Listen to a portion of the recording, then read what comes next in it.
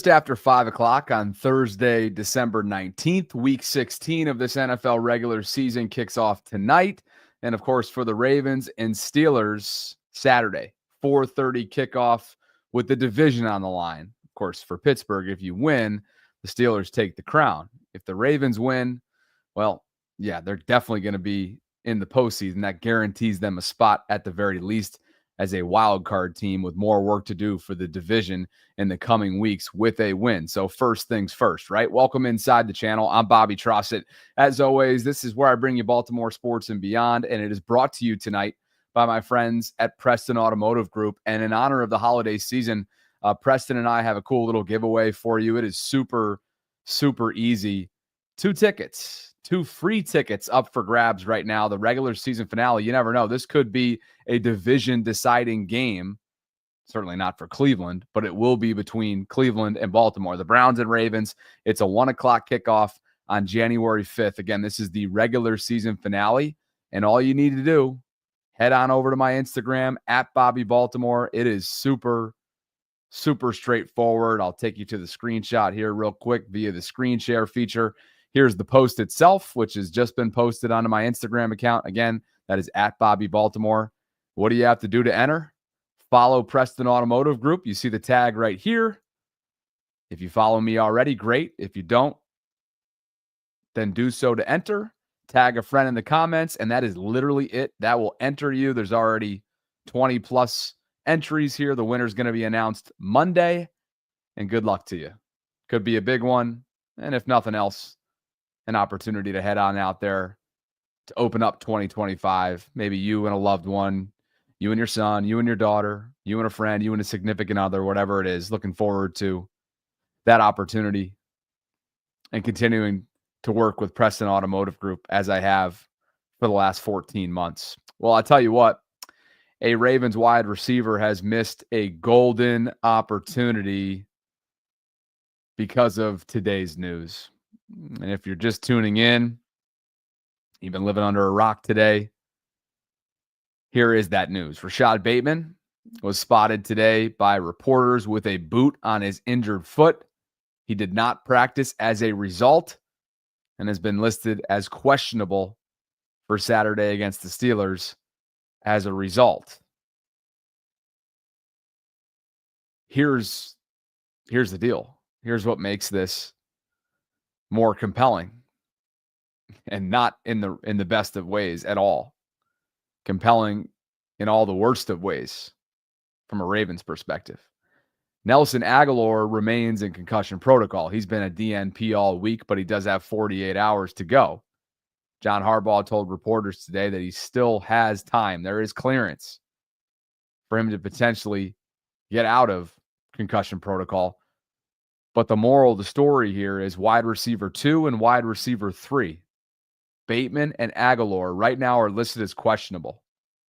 Deontay Johnson has been listed out. It's not a surprise, but it's significant because Deontay Johnson, the Ravens acquired wide receiver at the deadline, somebody who is a former Pittsburgh Steeler, is missing out on a golden, and I mean a golden opportunity. Here's what specifically he's left on the table. And he only has himself to blame based on reports and what we know about the situation, which of course resulted in him being sidelined not only all of last week from practice, but suspended from that Giants game.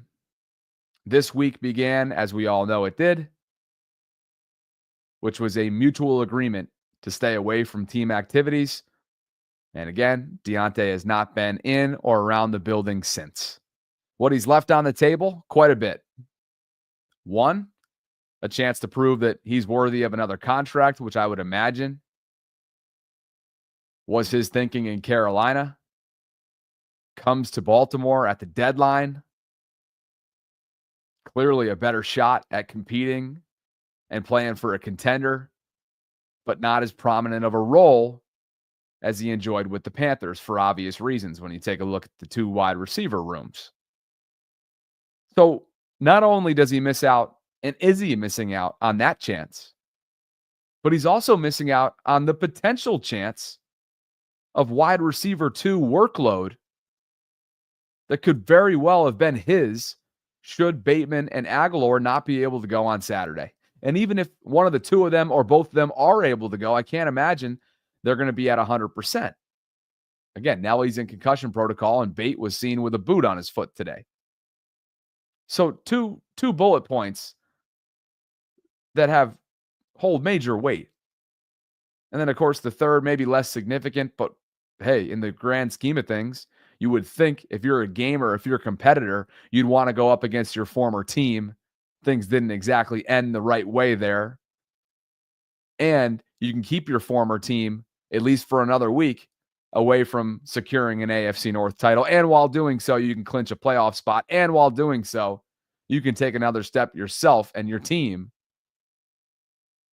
towards bringing in an AFC North title. That is what Deontay Johnson's left on the table. This continues to be a significant disappointment and a miss by the Ravens front office. Not a miss on investment because they barely gave up anything to bring Deontay in the first place. A miss on the fit. A miss on the player.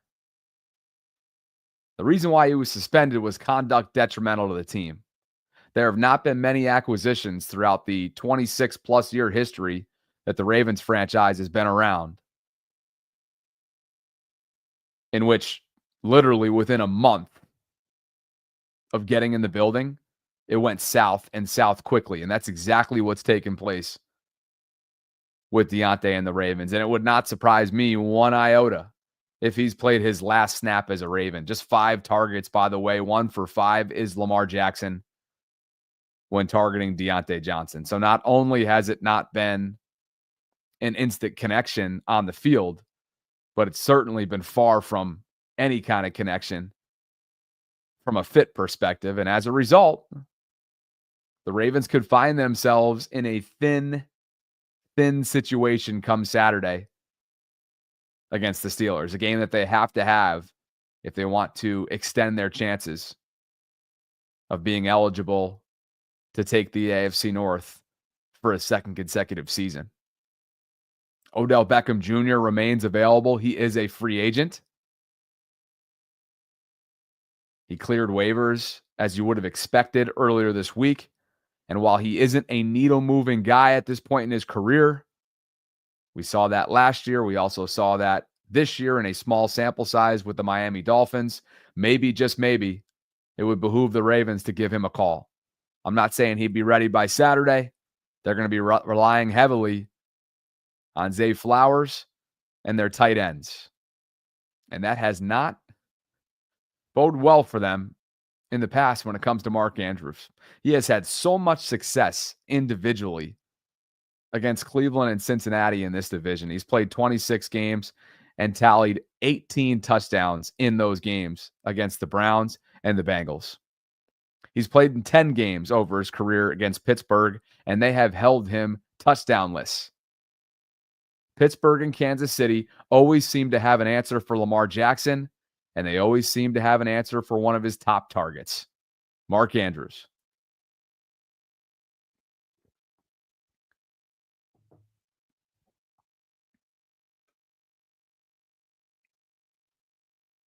Zay and Mark, they got to have a big role coming up on Saturday. And Zay certainly spoke this week as if that's exactly what he expects from himself coming up in round 2 of the rivalry game. Trouble. I think we always have, I feel like, turnovers, missed kicks, like stuff like that during the game. So if we eliminate those, and because we move the ball downfield, I know you see that, right? We move the ball downfield. We get across the 50. You know what I'm saying? So, we just got to take care of the ball, make kicks, and try to put the ball in the end zone. What do they do that's – you've obviously only played them twice, and you had 7 catches, I think, on 17 targets, maybe 1 touchdown in there. What did they do that stresses you, that's difficult for you or for receivers in general? They don't really do nothing that really stresses me, if I'm being honest. It just, you have some games, and it ended up being that game, so we'll figure it out when we get there. This week we got them, so I'm looking forward to that. Marlon described the team meeting today as fiery. Does it feel different, the Steelers, because it's the Steelers? Of course, because it's a rival. It's a rival. It's always going to be like that no matter what team got a rival, what rivalry it is. If you got a rival in your division and you ain't going to go out there and want to play soft, you got to make sure everybody fired up and ready to go, make sure everybody got their minds on right, their head locked in. So it's always going to be like that. A highly confident Zay Flowers speaking with reporters earlier this week, and over his career, which is just 2 games against the Steelers, he's hauled in 7 receptions on 17 targets for 112 yards receiving, and he did score a touchdown in that first time these 2 teams met last month in Week 11. We know the story in terms of what took place on that day in Pittsburgh. It was a self-inflicted parade, and the worst kind of parade, if you're looking at it from a Baltimore perspective. The Ravens were 4 for 11 on third down. They were dominated in time of possession by nearly 13 total minutes. They were penalized 12 times for 80 yards, something that's been a season-long challenge of theirs. So you look at it, and that's not to mention a couple missed field goals, of course, from Justin Tucker in what ultimately became a 2-point game, a 2-point decision. 18-16 was the final, and it was a contest that the Steelers couldn't even score a touchdown. It was 6 Chris Boswell field goals, as we all remember, that ended up in a season-low points for Lamar Jackson and company, which is something that has become all too familiar when facing off against Mike Tomlin and the Steelers. We're going to get into what Pittsburgh won't have at its disposal coming up on Saturday. But before we do, this episode is brought to you by my friends at Preston Automotive Group, and I would love for you guys to join in on the free ticket giveaway that I'm doing right now with my friends at Preston. Winners will be announced on Monday, and all you have to do to enter here, and again, this is 2 free tickets to the regular season finale, a game that could very well help decide the division or decide the division coming up on January 5th. It's the Browns and the Ravens. It's a home game, and I'll go quickly to Instagram where I can show you how to enter, because literally it's just 2 simple steps. You can follow me on Instagram at Bobby Baltimore. You see it right here, and all you have to do is follow Preston Automotive Group. That's at Preston Automotive Group right here, which is all in the comment section right here, and myself. So you do those 2 things and tag a friend in the comments. Bang. Piece of cake. You are entered in. Preston will be reaching out to the winners on Monday. And I just want to say thank you to Preston for allowing me to do this. A cool giveaway opportunity, perhaps a big game, and if nothing else, an opportunity to get out to the bank to kickstart 2025 and celebrate the new year.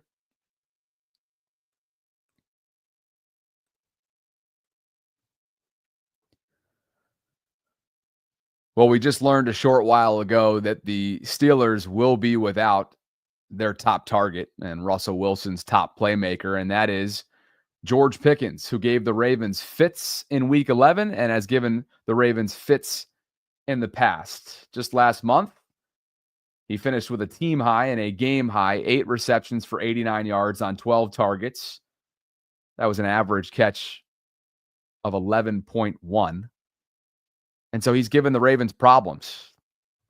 Not going to be the case. He will not be available. He's been ruled out for the 3rd consecutive week with a hamstring. TJ Watt is expected to go. He's dealing with an ankle sprain. Deshaun Elliott was upgraded on Thursday to limited, but he's doubtful. Deontay Jackson and Larry Ogunjobi look like they're going to give it a go, but they're both listed as questionable. Justin Fields with an abdominal, sort of their strategic quarterback. He played a part in that Ravens game the first time around. Couple quarterback designed runs, couple keepers from Justin. The Ravens were ready for one of them. Actually, were they ready for either one of them? I can't remember. Actually, don't think they were. Mike Tomlin dialed that up nicely there, and I remember he slid short of the line to gain, I believe. Anyway, long story short, Fields will not be an option for them. He's been ruled out. Pickens has been ruled out. PQ is good to go. TJ Watt is good to go. Cameron Hayward, their stud defensive tackle, is good to go. But looking like no Deshaun Elliott, hard-hitting safety who talked a bunch of junk before the first time these two teams met, and no George Pickens. So I guess the question becomes, what do the Steelers look like without their top target offensively? Well, Jonas Schaefer took a look courtesy of True Media. It looks vastly different. That's the short answer. Their yards per play, I was going to say jumps, but it doesn't jump. It jumps down if that's possible. How about shoots down? It goes from 11th to 32nd, their offense, in terms of yards per play. Success rate, 18th to 32nd. Again, these are steep drop-offs. We're talking about 11th to dead last, 18th to dead last, and their explosive play rate goes from 13th to dead last. This is a better than average offense with George Pickens in terms of these metrics, or right around average, to literally the depths of the league when number 14 is not out on the field. He presents a vertical threat. It's Russell Wilson's favorite target with his famous moon ball. George is a silky route runner, a certified dog, and somebody that embodies everything that a Steeler is meant to embody, you would think. And the Ravens have obviously had to deal with him, and they've had a lot of struggles in doing so. Another struggle for Lamar and company is ball security when they play their bitter rival. And Todd Monken did not mince words this week. He said, quote, "I've been here for 3 games against Pittsburgh. We've turned it over 8 times. We've fumbled it 7 times. Hasn't been pretty." And Lamar's game and Lamar's numbers in 5 games, they haven't been pretty either. He's got 11 total giveaways, just 5 total touchdowns, a passer rating average of 66.2, just 5 passing touchdowns and 8 picks. And his offense puts up 19 points per game on average. And as we've all talked about over and over and over again, it's just a 1-4 record. That is tied for worst or worst in every single category when you look at Lamar's body of work and resume across the league. The Steelers have had Lamar's number. Dan Orlovsky thinks that Mike Tomlin knows exactly what he wants when it comes to defending Lamar. Be won by Baltimore if Lamar plays his best game. Absolutely. This is not a Derrick Henry game. Correct. This is the X's and O's of it. Pittsburgh is going to put an extra person down to the football, and they're going to say, you're not going to run the ball on us. We're not going to allow you to be two-dimensional. We want you to be one-dimensional. I honestly believe, in my gut, Mike Tomlin wants the ball in Lamar Jackson's hands. He wants him to feel that pressure. He wants him to kind of play to the style that they force Lamar to play. And I don't think that Mike Tomlin, again, I don't want to put, he 100% respects him, but he thinks he's got his number. He thinks there's a certain style of play, to Teddy's tape, that compression of the pocket, that he can control the game. He does not want to play with 2 safeties deep and say, Baltimore, run the football on us. So he knows he's got Lamar's number. The numbers reflect that Mike Tomlin has Lamar's number. But make no mistake about it, there have been other factors as well that suggest that Mike Tomlin has the Ravens number, not just Lamar. We can think of that loss last year where his pass catchers had 7 or 8 drops. We can think about just last month in week 11 when Justin Tucker misses 2 field goals in a 2-point game. 12 penalties on top of that. It's not always all about Lamar.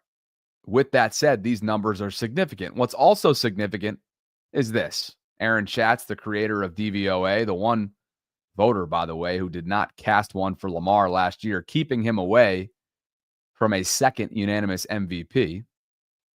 I guess that's neither here nor there. But some interesting context that he provides earlier today. And he asked the hypothetical, does Lamar have a history of bad games against the Steelers?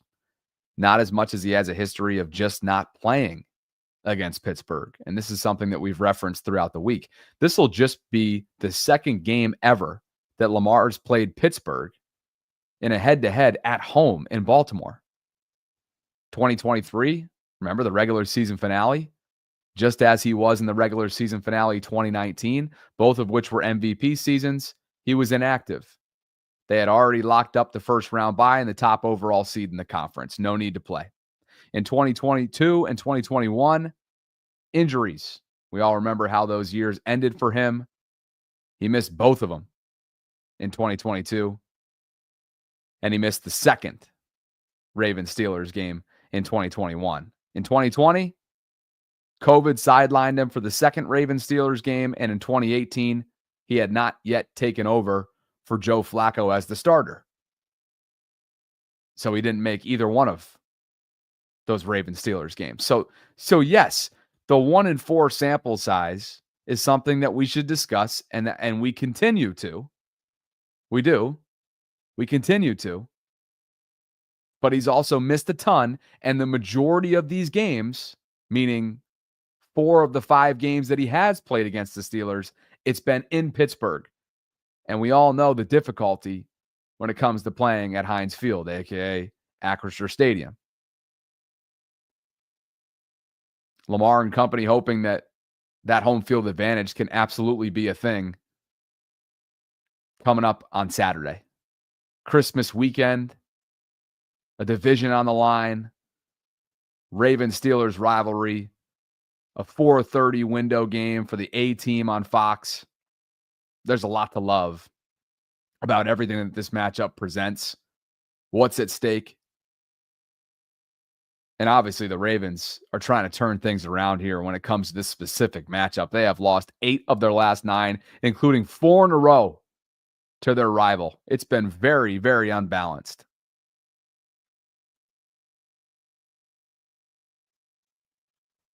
One more nugget on the George Pickens side of things from a guy who knows a thing or two about wide receivers. Steve Smith Sr. weighs in on number 14 not being available for Pittsburgh, having been ruled out. Recipe for the Pittsburgh Steelers is you have to run the ball to make the game the downfield throws. But without George Pickens in the game, their passing game is ineffective. Ineffective, he refers to Pittsburgh's passing game without George Pickens as part of the equation. The question for Baltimore, if Bateman and Aguilar cannot go, and you have Zay Flowers as wide receiver 1, Tylen and others, meaning Devontae, whoever else you want to include or call up potentially from the practice squad, what kind of effect, what kind of impact will the wide receiver room have in a game where you better believe Mike Tomlin and company are going to do what they always do? Make Lamar Jackson one-dimensional. It's a big game for the tight ends. Isaiah likely began the year hot,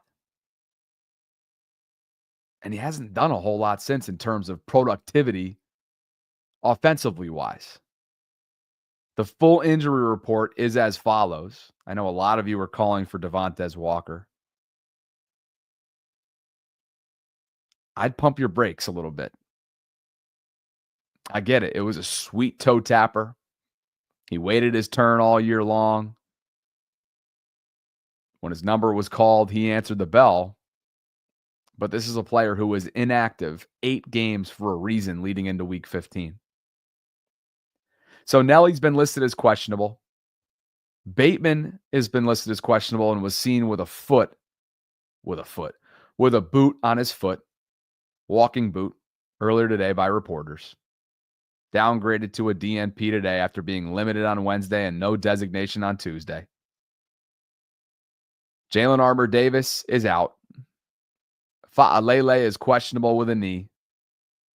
Justice Hill, Adisa Isaac, both good to go, cleared. Deontay Johnson for reasons that we've already discussed. Sanusi Kane, cleared. Adafe Owe, questionable with an ankle.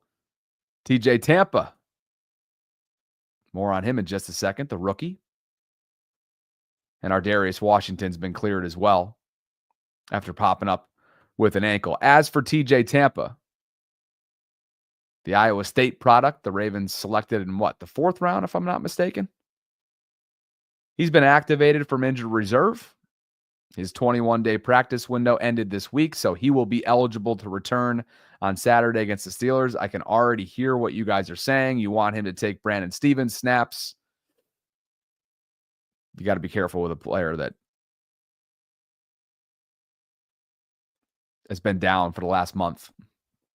You're not going to throw him into the fire, but I'm sure he'll get some special teams opportunities and would love to see him get his chances as he develops. As for this Ravens offense, the most rushes of 10-plus yards this season owned by a few different guys on this list, and cracking the top 5, which is led by Saquon Barkley. Lamar Jackson has 32 rushes of 10-plus yards this season, and Derrick Henry has 31. Lamar, just a historic season. His peers just cannot stop talking about him, including a dude that came before him and also was renowned at one point in his career for his dual threat abilities, and is absolutely a Super Bowl winner from his time in Seattle and is now QB1 in Pittsburgh. That's Russell Wilson. The rushing yards by a quarterback that Michael Vick, the record that Michael Vick has. Yeah. What's impressed you maybe about the way that Lamar runs the ball as a quarterback? Yeah, I mean, I think guys like Michael Vick, Lamar, there's been some special guys running the football. He's a unique individual. I think that anytime he has the football in his hands, he's special. It's been cool to watch. Just over the years, people doubt him. And his ability to make plays. I think anytime you're rushing for over 5,000, 6,000, how many yards he's got, it's pretty remarkable in itself, no matter what position you play. And then also too, he's been able to do it, throwing the football as well. So, he's a tremendous football player. Along those lines, when he breaks Michael Vick's record, would that solidify him in your mind as the best ever dual threat quarterback? That's a pretty good question. I haven't really thought about it. I think he's definitely one of them for sure. You think about the greats like Michael Vick. He was one that just really just lit up the whole stadium. The guy from Virginia. By the way, congrats to Michael Vick on the Norfolk State. My grandfather was president of Norfolk State for a long time. But I think that guys like Lamar for sure. Michael Vick. Those guys are unique individuals in what he can do. So I couldn't disagree with it. That's for sure. Oh, the then and now. Russ Wilson giving some love to Lamar Jackson. He'll turn 28 next month. This will be his 101st game in the NFL coming up on Saturday. And look at where he ranks across the league. Just about first in every category that matters. Passer rating, yards per pass attempt, pass touchdown percentage, touchdown to interception differential, drop back EPA, passing and rushing yards, passing and rushing touchdowns combined, 37 of those suckers. Red zone passer rating. Baltimore's red zone has been nothing short of efficient and dominant inside the 20s. A lot of that has to do with Todd Monken and, of course, the King as well.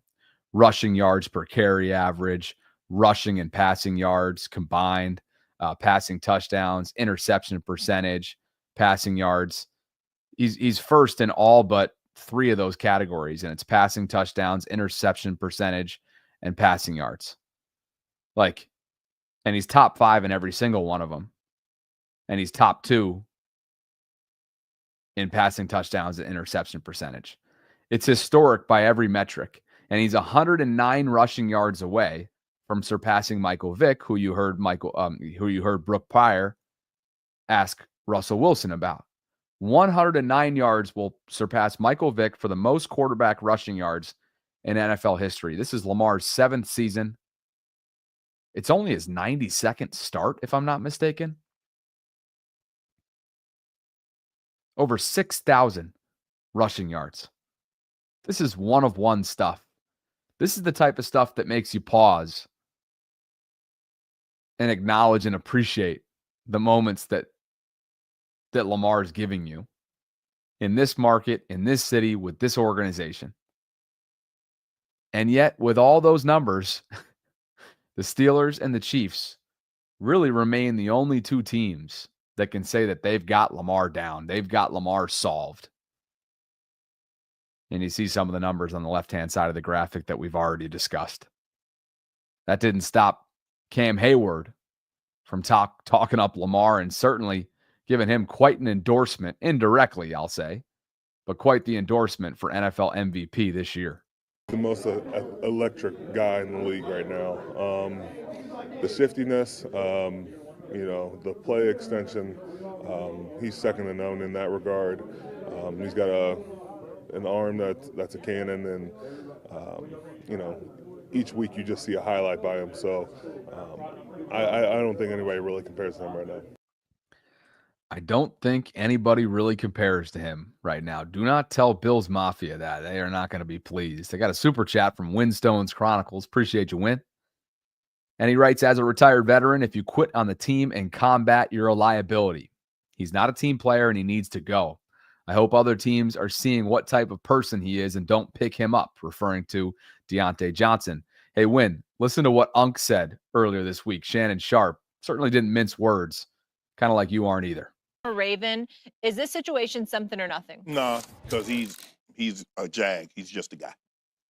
That's not Derrick Henry. That's not Lamar Jackson. That's not Zay Flowers. That's not Marlon Humphrey or Hamilton.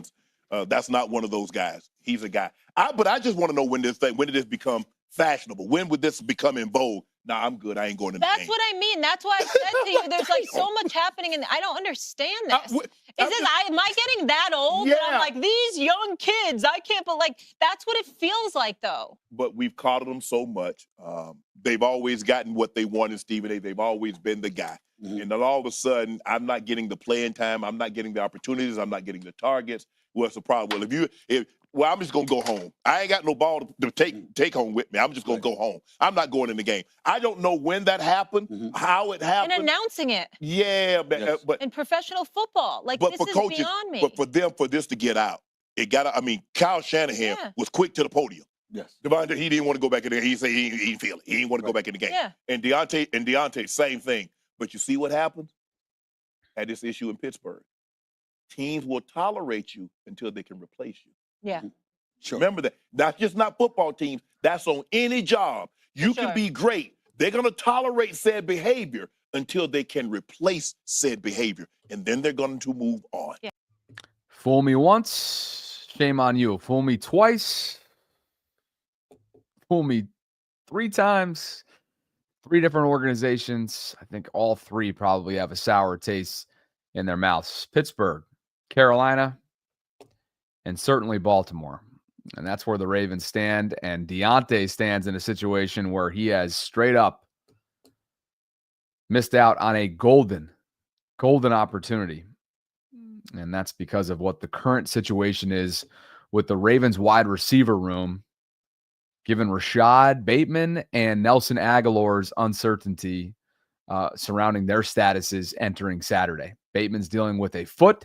He was seen with a walking boot on said foot around the locker room today, and Nelson Aguilar remains in concussion protocol. The only thing Harbaugh would say at his press conference earlier today was that there is still time for Nelly to clear protocol and be available. Ravens got to hope that's the case, because you're not bringing Odell in to save your ass. It's got to be big days from the tight ends, Mark Andrews and Isaiah Likely. And I think if Zay Flowers, of course, does what he does, and he had a little bit of success against the Steelers the first time around. Just a couple catches, though, but they were big catches. 19.5 on average, by the way, but just 2 receptions on 6 targets the first time in week 11. This is going to be a game that Lamar's going to be tested, as he always is in these kind of rivalry games. How will he be tested? If history repeats itself, they are going to compress the pocket. They are going to bring all kinds of pressure. And Lamar's going to be forced to win through the air, which he is certainly capable of doing. But will his playmakers around him unlike Derrick Henry did on the opening drive, opening possession the first time around, will they take care of the ball? Will they play disciplined football at home? It's not a hostile environment in Pittsburgh the way that it was in Week 11. Will the discipline be there to not have any kind of illegal formations? To not have any DPIs? And so on and so forth. Will there be a premium on catching footballs? We remember the 7 or 8 drop game from a year ago. And will they be able to withstand the inevitable, and I'm saying it, it's inevitable, funky play or funky situation that happens in Ravens Steelers? A blocked punt, a strange penalty, a change in momentum, a ridiculous interception like Peyton Wilson ripping it from Justice Hill last month. Right? Strange, special teams, strangeness. Like there's always something that has come to embody what this rivalry is. What's it going to be this time around? The Peyton Wilson play is one of the most extraordinary, all-out effort, freak, fluky types of plays that results in a Lamar Jackson interception, but it's ripped out of Justice's hands. And for everybody talking about how tremendous of a season Lamar has had, 2 of those interceptions were because of drops, and the other was this Peyton Wilson play that I'm referencing. So it's like, it's pretty spectacular when you truly think about what Lamar has accomplished this year. Here's where the Ravens stack up against the Steelers. Just rankings-wise, all 3 phases.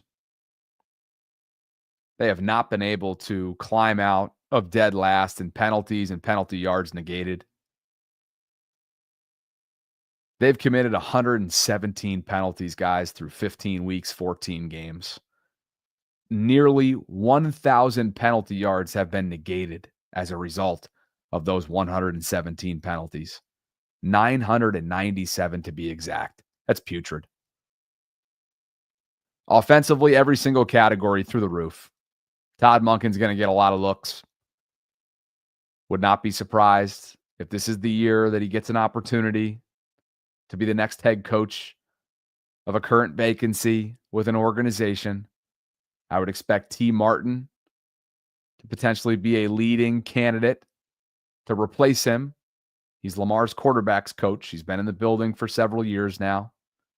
But look at where Todd and Lamar's offense ranks league-wide.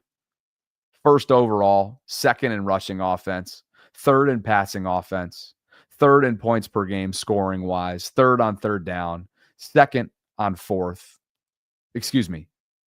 Where did I get tripped up there? Third in points per game, second on third down, sixth on fourth down, and first in red zone. That's where the Derrick Henry effect and the Mark Andrews effect really come to fruition. They are punching it in 74.1% of the time. Think about that. Pittsburgh's offense, not so much.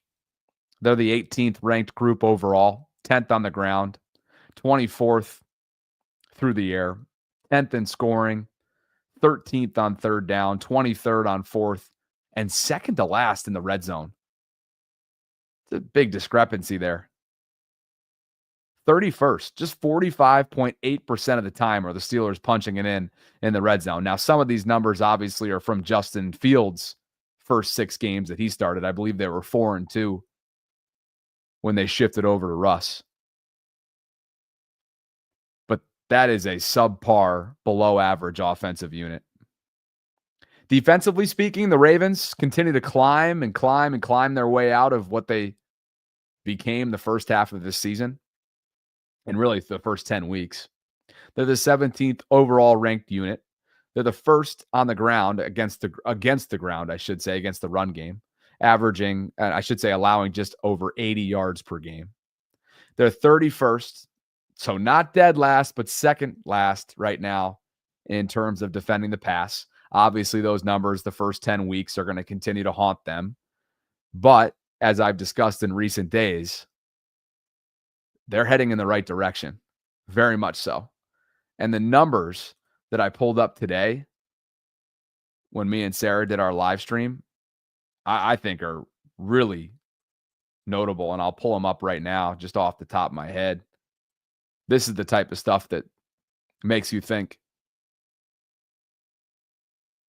the change in tide took place. During the first 10 weeks of the season, the Ravens defense gave up 29 pass plays of 25 or more yards. That was most league-wide. Over the past 5 weeks, they've allowed just 3. That's the least in the league. So it's undeniable that the Dean Pease effect and the adjustments that they've made personnel have paid dividends for them, and it's coming to fruition. And that's why Mike Tomlin had so many great things to say about Dean Pease. He said, quote, "The most significant thing about them is the transformation they're undergoing defensively. I think Coach Pease is a significant component of it. They're about as different as you can get defensively over the course of a month. They are peaking at the right time. They are relatively healthy aside from this flare-up with Bateman. And everything's in front of them. You win out, you got a darn good chance of winning the division." Back to their defensive rankings. They're 22nd in scoring, 23rd on third down, 9th on fourth down, and 16th in the red zone. As for Pittsburgh, the 9th overall unit, 4th against the run game, allowing just over 94 yards. 22nd against the pass, 6th in scoring, 7th on third down, 28th on fourth down, and 14th in the red zone. They're 20th overall in penalties committed and 19th in penalty yards negated as a result. And that's kind of where these two teams stack up. Remember, no George Pickens. TJ Watt looking like he's trending towards playing. Deshaun Elliott, the former Ravens safety, does not look like he's going to go. He's listed as doubtful. Larry Ogunjobi seems like he's going to be good to go. And I can't wait for another round of Ravens-Steelers. Only 2 more regular season home games left. And based on how the Ravens handle business over the next few weeks, it's obviously unclear whether or not there will be a postseason game in Baltimore. So with that in mind, take advantage of the giveaway that me and Preston Automotive Group are putting together. Pleased to be working with them for yet another year. We're 14 months running now. They have been a trusted sponsor of mine. You can click on the QR code in the upper right-hand corner if you want to learn more about what they're offering. And if you want to enter my free giveaway for 2 tickets to the regular season finale between the Ravens and Browns, January 5th, 1 o'clock, which of course could be a division deciding game. You never know. All you got to do is the following. Head on over to my Instagram, first and foremost, at Bobby Baltimore. Follow Preston Automotive Group and me. Tag a friend in the comments. That is literally it. That will enter you in. The winner is going to be announced on Monday. Preston will DM you. Literally, those are the only instructions right there. And in honor of the holiday season, it's the least that I could do. Show my appreciation for all of you and your continued support of the channel. I appreciate you guys so much. And just know, at Preston, Bobby Baltimore subscribers receive 2 exclusive offers. $500 towards a new or pre-owned vehicle, or when you buy 4 tires, you'll receive 50% off your alignment. You can learn more by visiting the show notes, or you can enter the giveaway by clicking on the pinned comment in the live chat, which will bring you to the post that you see on the screen right now on Instagram. Thanks to Preston for the opportunity. Thanks to all of you for entering in. And just so you know, if you don't want to enter in, please do it anyway. It actually helps me out with my sponsor, and that would mean a lot. Appreciate you guys. Well, thanks for joining me tonight. I'm going to stop short of 50 minutes just because I got a lot to do. Sarah and I will be back at 12 noon Eastern tomorrow for a Friday Ravens Lunch Hour live stream. We'll have Brooke Pryor on for the Pittsburgh perspective and give you our official game preview. I will be at the Be More Around Town tailgate lot for Ravens Steelers. I would love for you guys to come out and join me for my pregame show. You can get tickets at BeMoreAroundTown.com. I'll be on there around 2 o'clock. I think they open it up around noon or so. It's going to be a blast. Saturday's going to be rocking. There's so many different football games to take your pick from. The college football playoff, a ton of Saturday games, a ton of Sundays games. College basketball's in full swing. It's a lot of fun. Honestly, this is a fun time of year. Happy holidays to you and yours. Please hit me up on social media across all platforms if you don't already. You can find me on Twitter or X at Bobby Baltimore. You can connect with me on Instagram and go enter that giveaway at Bobby Baltimore as well. And if you'd like to donate to the channel, a great way of doing so is through Venmo, Cash App, or the YouTube Super Chat feature. With that, I will catch up with you soon. Thanks to Preston Automotive Group for the continued support. Thank you guys. You guys have been rolling, man. It's been a lot of fun this football season, and Sarah and I have a lot more planned in this home stretch. So for those of you traveling this weekend or getting the early start, please travel safely. Be careful out there. Don't get into road rage the way that I did this morning. Some dude threw a freaking thing in my car. I have no idea what he threw. It was nothing that could dent it, but like he threw it, and he was calling me all kinds of stuff, including white boy. And that's when I turned over and I was like, "You're white too. You're calling me the white boy with negative connotations? You're white too. Get the hell out of here." Freaking I-83, man. And yes, I was ready to throw hands. I would never leave the Bronco unattended. I'm never leaving that Bronco unattended. I promise you on that one. Anyway. Hey, final resolution. Shout out to you. Merry Christmas. Happy Hanukkah. Don't let the door hit you on the way out. Chef Trez, don't you dare think about trolling me again. Who else? David Cure. You know what I'll do. Don't find me in the back alley, big dog. Oh, man, you guys are fun. How about Sarah's face today? Was that not hysterical for those of you that were on the Ravens Lunch Hour live stream? We had a bunch of freaking super chats coming in about last night's antics, me going back and forth with David, and then final resolution just totally quivering into the shadows, which I love. But Sarah's face was killing me. I love our relationship. She gets a kick out of it, I hope. So anyway. All right, guys. Before it gets out of hand, I'm going to bounce. Please join the Bobby Baltimore Discord server if you haven't already. It's a 24/7 hub for conversations surrounding Baltimore sports and a great way of connecting with me on a more personal level. I've been trying to be a lot more. I turn my notifications on, so literally every single Discord message I get pops up on my phone, which probably screws up the energy and the battery of my phone. But I'm just trying to be more involved and more engaged with all of you because you are my audience. All right, guys, appreciate you, and I'll catch up with you soon. Thanks for the support tonight, and I appreciate you for stopping by.